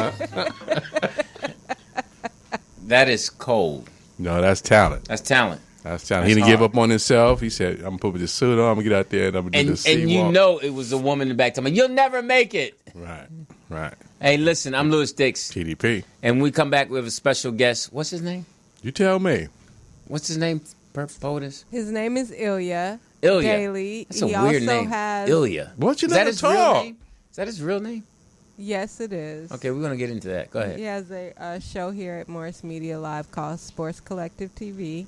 They're on Mondays at 5 o'clock. So we're trying to launch. First we launched Al Toom, and now we're launching this guy. All right. He doesn't need our launching. He's sufficient on his own. Yeah, he's talented. Well, we're going to meet him. He's a homeboy from way back when, back in the day. And he talks sports, and we're going to get into a little bit of sports because I know the Lakers signed LeBron and all that. And there's a lot of hate in the city. And the Freeway Series is on with the Dodgers and and Angels. And the Eagles still the Super Bowl champions. We'll be back.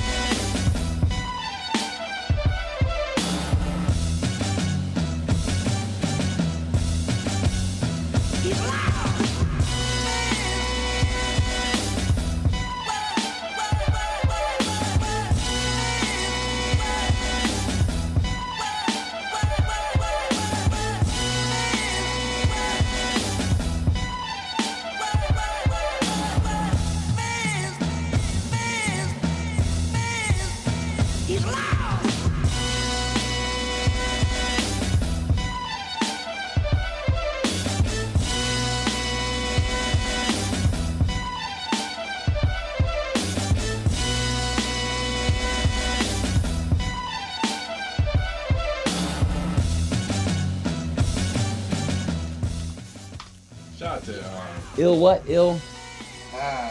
Ill. You know, I've been dealing with that all my life. Man. Ill, yeah. I tell you what. I tell you the story. We're not on Wait, yet. hold on. You Ill, got to yeah? shout out. Hold on. Shout out X. Shout out X. Our French connection comrade out Lewis. there who put us Stop on the hitting beat. on Ilya. Hold on. Oh, wow. Hold on. We're trying to shout out. I did watch the whole show. It's We on? Oh, we on. I didn't know we were kind of on. homophobic. So. Oh, I didn't know we were on. Shout out to X from the VA. He made some tracks for your show. Lewis is drunk right now. Wait, no, I'm not drunk. But who's X? He's one of our He's our listeners. double Apollo legend. He said you put more people to sleep than Bill Cosby. And we playing Oh his, yeah, X playing used his to music. kill you. You don't remember X? He used to kill you. No, I forgot him. Oh. Go ahead, X. Let's hear his stuff. Everybody's trying to make it off of our show. Oh wow! You're in your feelings tonight. So sick of us trying to.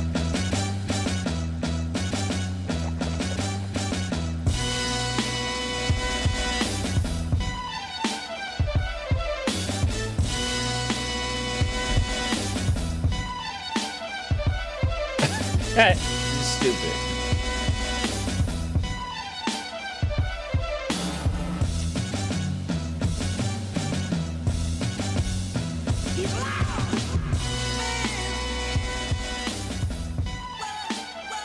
Hear the man's world in there? This is horrible. Straight horrible. Oh my God. I love it, X. It's the last time you guys will hear that. We will X that out. That's your get back, huh? Is really he actually? How much time did it take him to do that? 24 seconds. Man, I see why certain people. Where is he from? X. Virginia. I see in Virginia. That's hot. In L.A. Sheena. The summertime Sheena is hot putting everywhere. work. Sheena putting work in. Sheena. You got shorts on underneath that? What is wrong with you? She look cute walking in here with a little. Oh, now you turned on. Little striped thing bouncing as she walked in, like she walking on Crenshaw and Slauson. Portis, could you introduce our guest properly? Oh, we have a guest. I'm Louis Dix. TDP. And our guest is Iya. Iya? In Spanish, it would probably be. It's Mr. Daly. Iya. Is his name. Yeah. It's Ilya.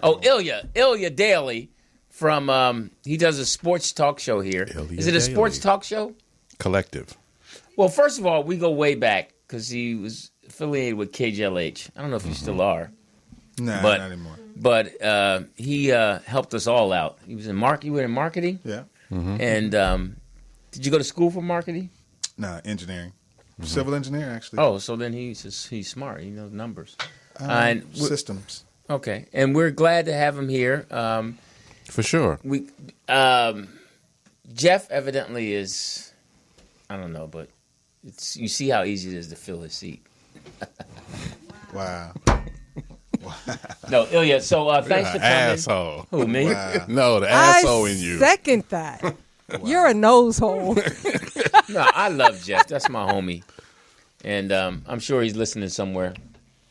But he needs to get his behind back in there, get in the grind, straight up. So, Ilya, thanks for joining us. Yeah, sure. Great show, great show. You got some free tacos. How were the tacos? Tacos was, Don't say what you told me. man, the way it's been at the house, I want to say it. Yeah, we heard you talked about how good they were. Don't do that. Well, we have our They young, were good tacos. the young lady we have Chicken. working for us. So I've never had chicken tacos like that. Let's put Really? it in, yeah, Okay. chicken. Well, Chicken. you haven't had her Chicken. fried chicken and waffles. This lady, she's a nice lady. She used to work. I don't know what she did, but we put her to work here and we hired her. We cleaned her up and made her a work for woman. us. Yeah, made her a woman. She's been really working hard in the kitchen. So you gave her a pot and pan set? Yeah. Okay. Gave her some flip flops, and she's just happy to be a part of this group. Really? No, Sheena's great. So welcome to the show. I understand you do a sports show here. Yeah, I actually wanted to talk about my name. Kind of like dedicate that to my dad. How do you spell that? It's Illya, right? So I was supposed to have been Thomas Michael Daly the Sixth. So Damn. When my last birthday, my dad called me. He's 81. He calls me up. He says, I don't know, when the fuck your mama was thinking? You know you're supposed to be named after me, right? Did he say it like that? At 80. Yeah. He'd been bent out of shape for all them damn years about this old fucked up ass name. That he probably could kick my mom in the throat and like, what? Right. But I had an uncle who lived in Copenhagen, Now, Denmark. how old is your mama? 71. So I guess if he kicked her in the throat, Did you it say really wouldn't hurt mama? her. His mama. Yeah. She probably That's got official. You know, he said mama. I mean, he could So get some wait, chicken she's at the house. 71 and your dad's 80? 81. Dad was like going for So a little he- younger yeah, chick yeah, back he went- in the day. yeah. Your So mama my could uncle, still get it. Okay, my I'm uncle just listened to, he used to watch this, he lived in Copenhagen, Denmark, and it was the 60s. So he used to watch the Germany, show, right? Man from U.N.C.L.E. And the Russian spy was Ilya Kuryakin. It's kind of like a James Bond flick back then. So that's how I got the name. So being in sales and marketing all the years I've been. Where'd you grow up? From the Bay Area. Oh, from the Yay area. Oakland? Yeah, came out of Oakland. You know where 73rd Ave is? I know the whole town. What school did you go to? I went to Berkeley High, but I Berkeley grew High. up. My family grew up in West Oakland. My grandmother was Mother Wright, who fed the homeless in Oakland for 37 years. People always say that about Oakland, but people fed the homeless and all that. But did she feed all of them? I think you might want to look up. It's a statue of downtown Oakland. Of of your grandma? Yeah, this is some real. Was she involved with the Black Panther Party? Probably not, because a lot of people don't know the Black Panther Party was kind of the first after school program. Did you know Right. that? Yeah, I knew that. I knew that. Yeah. My I don't know. ex is, Are you from Detroit or something? No, my ex-wife. His wife it is was in the from- Black Panther Party. Her, my mom. Yeah. She still got afro and everything. She worked. No, she left him. No, she got her hair pressed. Okay, She's all corporate. Right. Yeah. So now are you a family man? Yeah. Got Married, kids? Yeah, got kids. How long you been married? Can 10 he answer years. the question? 10 years. 10 years. And what kind of kids I feel you like I'm, What kind of kids you got? Basketball kids. Basketball. The boy, girl? 2 boys, 1 girl. One girl is all athletics. She's How old is gymnastics. She's 8. She'll be 8 in September. Everybody thinks their kid is athletic at 8. Well, I'm just saying she's the kid that, just to give you like a scenario, I don't know how much time you spend with your kids because you're probably really busy. But No, I spend a lot of time. I coach Kids my are grown now. I'm sitting in the garage and she goes, "Man, you taught me how to swim. You taught me how to ride my skateboard." So so I'm like, because mama is always at Target, so I'm the one always teaching her how to do something. Okay. But then you get this, your older kids, you did the same thing to. I just need some money. I'm going out on a date. So I don't know, because you do a great family comic show. What's your kids' age range? 24, 20, and 8. Now, all the same mom? No. Okay, so you were married before. I'm black. I got a child support case, too. You know what I'm saying? We all got So your last one is from your current marriage? Yes, which is a girl. Okay. Yeah. So. And the other two? Same mother. Same mother. Not 2 mistakes more. So. Nah. Now, were you married to her? Nah.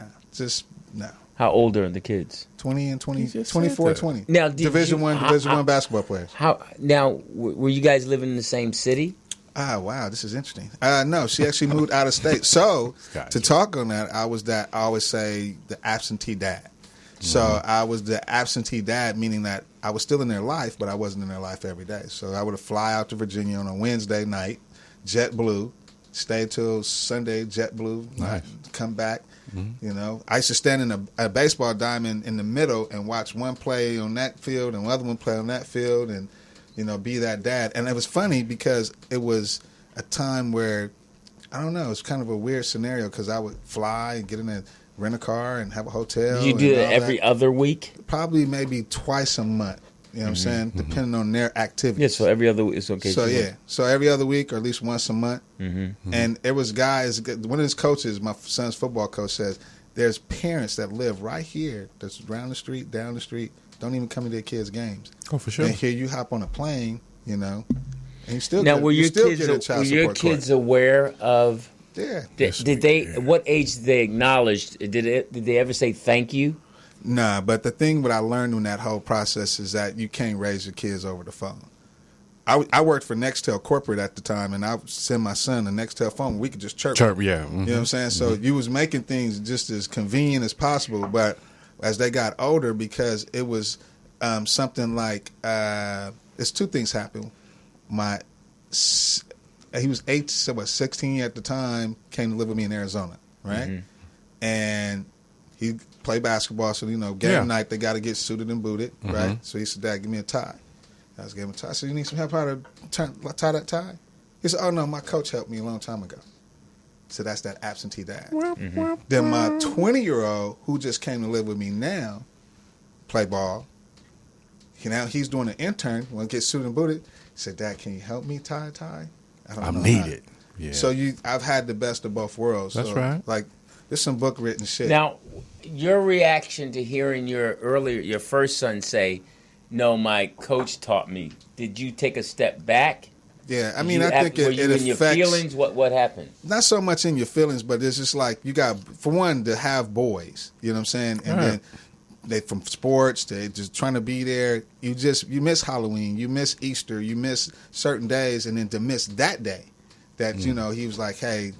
You know, he probably had to go somewhere. His mom was like, I don't know how to just, when you see your coach, you know, have him, your daddy is in California, and they're in Richmond, Virginia.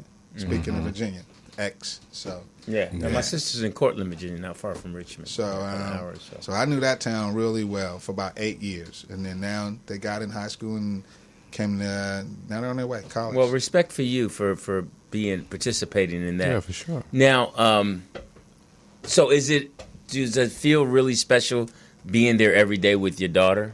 It is, but, you know, just the complexity of just almost, you know, when you're in relationships is the complexity part of it. Because, you know, you've already been in a relationship, and it kind of somewhat failed because it wasn't, the whole nucleus wasn't all there. And then now you're married, and then your marriage goes up and down, and then the decisions in that marriage is made based on that child. You know what I'm saying? So for me, I live in both worlds. Someone made a decision and said, hey, I don't give a shit about you being their parent. I'm going to move to Virginia. Yeah. I can't stop a woman from moving to Virginia. I made an attempt to move to Virginia. Like, oh, no, I can't do this shit. I'm from California. Right. So, but I'm going to try to extend myself as much as possible to make sure that they know who their dad is. And not only that, I got my father in Memphis, my mother in the Bay Area. So I'm shipping kids around. And I'm an only child. So my whole years used to be just on and off planes visiting people. All right, sending airplane tickets so that everybody can see everybody. So it was beyond just raising your kids. It was really trying to keep all your family knowing each other.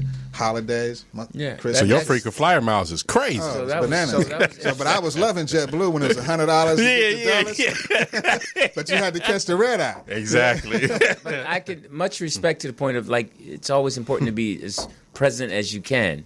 and what you miss, but what you see. Now, are you and your ex communicating?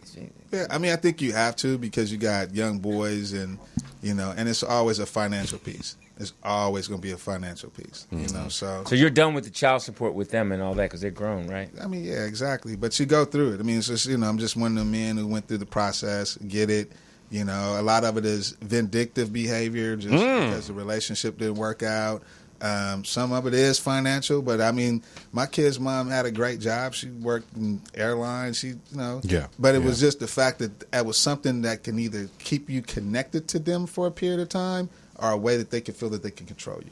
Did you know, at what point did you know that this is not going to work with her? Second kid, she did the same thing the first kid. Had the first kid and the second kid, she. So, okay, a lot of people ask that question. So you had the first kid with her. The first kid. And then. About the time he was 2, she bounced. Moved to another state, right? Mm-hmm. And, of course, you that dude because, everything was cool. So you're like, I'm going to try to get her back on the team. And then you had a second kid. And she bounced again. So wait, how does that it's happen? It's called doing the nasty, and you just you're with the first kid. Then she leaves, goes to Virginia. Then you go there, and you guys it's called a part intimate. Part of a relationship when you care about somebody in a specific time, and you're like, okay, and you got a child, you already got a kid with them, so you're like, hey, let's continue. Yeah, I know her. I know her. And, right. And you don't need another Quanisha on the team, so you like, or another kid from somewhere else. So, so then you just bothered with just trying to figure out how you can make that work. And then what happens, you end up having sex again. Another child comes along. You think, oh, it's still promised, and it doesn't work out. But you realize at what point, so you had to make a conscious decision that this is not going to work. I'm just going to be in their lives. It was easy because they lived out of state. Okay. So I think it's a little bit more difficult when the person lives up the street. You know what I'm saying? So like if my current situation as being a married man didn't work out, it's really difficult because, you really want to be there for that whole entire family scenario. I mean, because, they talk family man. What does that really mean? I kind of got an idea of what that meant when someone asked me, because I've been working in entertainment like you for many, many years. Yeah. So normally your name is on a list or somebody invited you somewhere. And she's like, where do you hang out? I don't really hang out. Yeah. I don't know, who's your boys and where's the backyards with the dominoes? That's every once in a while. Hold up. You put yourself on our level as far as talent. Slow down. I go back like 8-track in this town. Lewis, what's wrong with you? I just look like this. I'm sorry. Tell him you just look like this. I stay down for the twist. Yeah. I know mayors and city councilmen, and that's right. I'm the president of the Lions for the city of Inglewood. Your boy got some stripes. Man. Oh, that's right. So then now, fast forward down your. How did you get to sports? Was that always a part of your life? Yeah, I was a student athlete going to college. Played what sport did you play? I got a scholarship in tennis, but my that's a legit sport. Okay, I'm sorry. It's called a Bachelor of Science. I'm sorry. Scholarship, Bachelor of Science. I'm sorry. You played tennis. Yeah. I'm sorry. Yeah, left-handed, southpaw. Okay, all right. John McEnroe. 28th in the nation. Went to Copenhagen, Denmark, Munich, Germany. Tore my Achilles. Was playing against, at 21, 22, playing against 16, 17-year-old European kids. Got sponsored by La Coq Sportif. Okay, so since you know tennis, pump your that was my shit. La Coq Sportif. That was Yannick Noah's gear. But I grew up in Adidas, and I think that's how I got in. Is Venus as good as everyone says she is? As long as you're winning, that's the only way you can answer that. But she's a true. Venus, Kobe, Tiger Woods. They got that eye of the tiger. Right. There's a 1% of those individuals in sports, and they're them. Mm-hmm. So, and then it's going to transition. It's going to be, before that it was a McEnroe, and then before that, it's always going to transition every 10, 15 years. What's the most important part of tennis that we don't see as regular people that you guys have to put work in? What was the racism that you dealt with? It's footwork. It's all in your, it's like, I always assimilate baseball to every sport as being a coach, NCAA coach, and teaching kids the fundamentals of basketball. I always thought that baseball is the most fundamental sport. Why? Because if you look at eye and hand coordination, you look at running, you look at catching a ball. Mm-hmm. Catching a ball in the outfield is almost equivalent to football. Swinging the bat is almost equivalent to golf. Running is equivalent to track.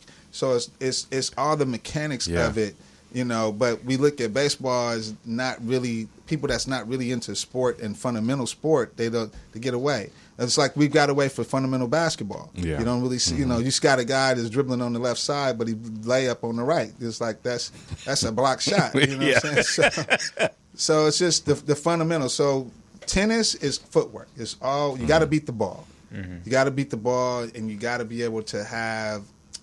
I think in perspective, so you in layman's sense, because I know you've been doing a little yak. So talk to him. That's right. In layman's sense, it's almost playing pool, where you're taking the tennis ball. If you look how the tennis ball is designed, and understanding when it's coming and delivered to you, is using certain English and speed slices components to be able to, you know, play the chess game, because all it is a chess game. But if you beat the ball, that's half the battle. Yeah. That's why footwork is so important. Footwork is so important. So you now coach basketball? No, I actually coached basketball in the past. Right now I'm just a civilian. So built a lot of programs in the past for inner city kids, Arizona, Oakland, Bay Area, here in LA.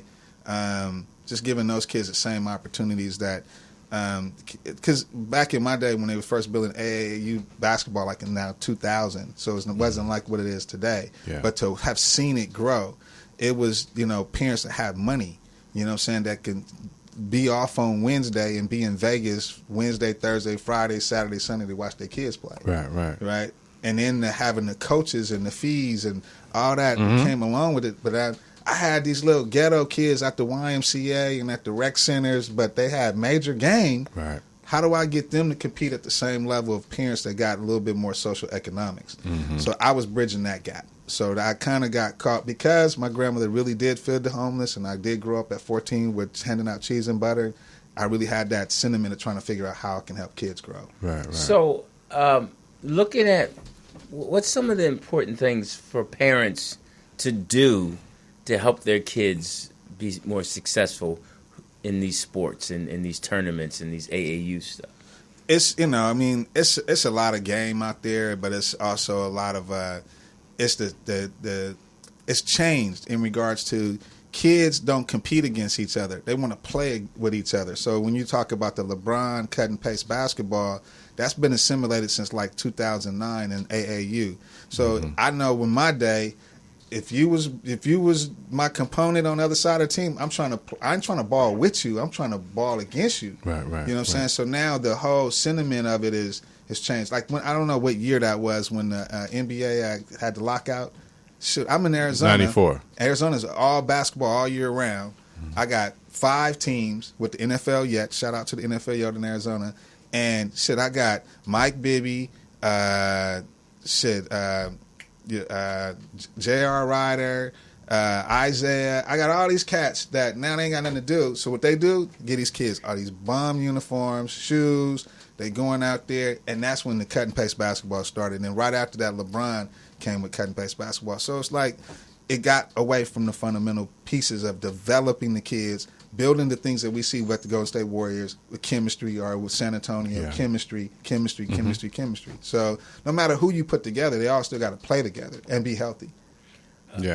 What's one of the most important things that a parent can tell their child who decides that they want to play basketball and make it a life decision that I want to do this and this is the most important? 10th grade. Let your kid be whoever they want to be, but when it comes to 10th grade, everything changes the game. Because the level of competition to be able to even get to college, to be the top 100, it's it's a process that it's really a bio of a kid has to have. So you have to maybe play the trumpet. You know what I'm saying? Remember, we're going to college. They want to see you being a well-rounded kid. Well, let me just say it to this point, because you did say 10th grade. Like, some high schools do start in the 9th grade. So would you... I'm saying 10th grade is the deadline. Yeah, I got you on that point. But like for those that's in high school in the 9th grade, you said just give them that 9th grade year, and then 10th grade, this is the cutoff. Yeah, because if you get into sports, because you really got to spend way more time because of the levels of competition, and then you got to build your bio of who you are for the next 3 years to get those letters in the mail. And then, there's some deficiencies out here in the community. There's not enough just not enough counselors to be able to help. I mean, average school got 200 to 300 kids, and so they send a kid home with a booklet, a packet, right? So just peep this. It sends them home with a packet. Packet gets where? Backpack. Yeah. Who checks the backpack? Nobody, right? Right. So what happens is now he in 11th grade. They gave him another packet, send it. Now the other problem, the social economics. Mama don't have a computer. Mama don't have internet. Right. So he ain't went on there and got his nothing. But he in the gym. And then the other problem, the other fold on that is that you got the basketball coach. You number 6 off the bench. You got a 3.5 GPA, and you play the trumpet. But guess what? Your coach teaches math, so he doesn't have time to focus on all his kids. So he's just working on the superstars and the ones that's calling. Right, so it's like those are kids that I kind of see as a niche market for still got an opportunity. So we have to check our kids' backpacks. What's been the most rewarding thing for you being a father on both sides, in-home father and not in-home father? I think just I'm trying to learn as, being 50, just having kids is a blessing, no matter how fucked up they could be. I'm an only child. So my mother she's 7 of 13 kids on her side. My father's oldest of 9. So I just see like how the family could just be all just so fucked up. All the dynamics. You know what I'm saying? Yeah. And then it's always somebody die in the family that breaks it all apart. You know what I'm saying? So just building your family is a blessing, and I'm learning that's the most intricate part of just having it, because I could have and there's a lot of people that don't have no kids and they're not married, they never been married, they probably don't go to the movies, they just interesting thing, he says keeps saying that he's the only child. And you might want to check that out. Your dad might have something. I'm just kidding. When is your show and what time? What's your show about here on this network? Our show, is a really a variety show of different sports antics in regards to. It's Mondays, Sports Collective TV or Sports Collective There Media. you go. Mondays at 5 p.m. And we do stuff like the kid that was chasing the hoop dream. That. Great story, like Chris Mason, who came on, who got picked to go to North Dakota from Arizona. So he goes from 110-degree temperature to below zero, and to be able to take on that whole aspect, finish school, then meet a girl there, have a baby, right? The baby ended up having a tumor and it had an adult tongue. And then started getting offers to go to different colleges in Europe, and he couldn't go because his kid was sick. Wow. And so we bring those, and then he's went in Dubai, and he's playing, and his son is better, and so we bring like real stories, real situations of people. The basketball world is definitely something I own, so I can definitely pick up the phone. And you do that here on Mondays? Mondays at 5 p.m. And you have just yourself, or you have a co-host? Oh, we have a whole crew, you know what I'm saying? Yeah. Because, the other thing is that Morris Media gives an opportunity for young broadcasters to come aboard. So I create where, hey, if you think you can get on the mic and make it happen, let's make it happen. So it keeps it fresh. Well, we're not sure if your show's going to make it, but we're going to. It's made it. It already made it. So we do that. I tell you. I got sports. I know you got jokes, but just so you know, I've already created a little ESPN because there's only 2 basketball leagues in the LA area, which is the LABC League and the Drew League, right? So, I got a couple people. So the LABC League, we do the play-by-play at, like, they have 9 games in a week, and we go do the play-by-play. Whoever's the VIP of that night, we actually bring them on the show to be able to. So, well, I'm sure you. And it uploads to an app, so we got some new technology. So, no man, stop. Well, I'm sure you're going to have. Get it. I want our freshman, freshman head coach at Harvard Westlake, Lawrence White. I don't know if you've had him on. Lawrence White plays in the Drew League. It's always an opportunity for everybody to get on. So. He's trying to school you, LD. Hey, listen, our show. I was really excited just to see you, though. I ain't seen you since 1973. And it was funny because when I saw him, he called me. Why is music playing? It's a full show. It's done. It's what? A wrap. Hey, just a second. This is not the Al Toomer show. Oh. No, because when I saw him earlier, he was telling me how he was at the Guy Black show and how I went in on on Stevie. But it's so good to see you again. Yeah, it's a pleasure. And I'm really happy that you're a part of the family. I got a question though. Yes. I know that you're a Golden State Warriors fan and the moves that's making with LeBron in LA. What's your take on the whole Western Conference? I just want the Western Conference. I mean, from your perspective.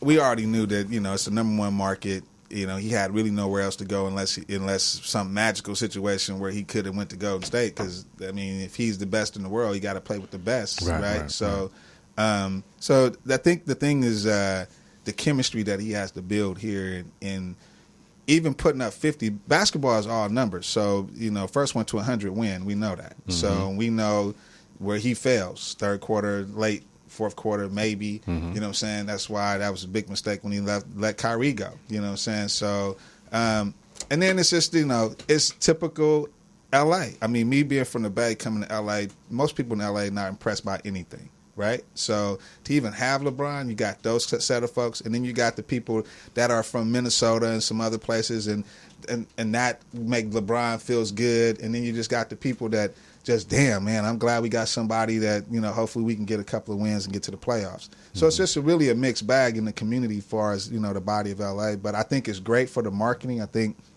with the $52 billion that's happening here between now and the Olympics coming with the new stadiums and, it just makes this place much more exciting to be around, because we live here. We get an opportunity to just, I live right down the street from there. That property value is going up, and hopefully all these people are coming in Morris Media. It's been a pleasure, Daly. Thank you so much. We'll see you again. We'll do some crosstalk, as they say. Sheena, thank you so much for the tacos. Yeah, tacos was amazing. They were great. I didn't get that feeling. Well, I hope did you clean up the kitchen? Really, that's all I'm worried about. No, Poetess, thank you so much. Al Toomer, thank you for calling. Uncle Al. In your lonely state. Jeff Arnold, wherever you are, and I know you're going to listen to the show tomorrow or tonight. We love you. Reach out. And come get your seat, homie. Yeah, come on, get your seat. And it's here waiting for you. You're funny, brother, no matter what we say. Shout out to, what's his name? C. McGee. Aaron Gladman. You better call next week. Detroit Motors. And, of course, what's my man's name? Sweet Willie Wonka. Thank you so much for being you. And I'm glad things are going, I could feel it. I could hear it in your voice about your kids doing better with you and being present. TDP, thanks for making it and not getting pulled over. Hey, man. And I'm an LA rider, homie. I know these streets. Code 3, have a good trip. Be careful on that cruise. Really? Shout out to my sister Tony and her salmon croquettes. And my muse. Here we go.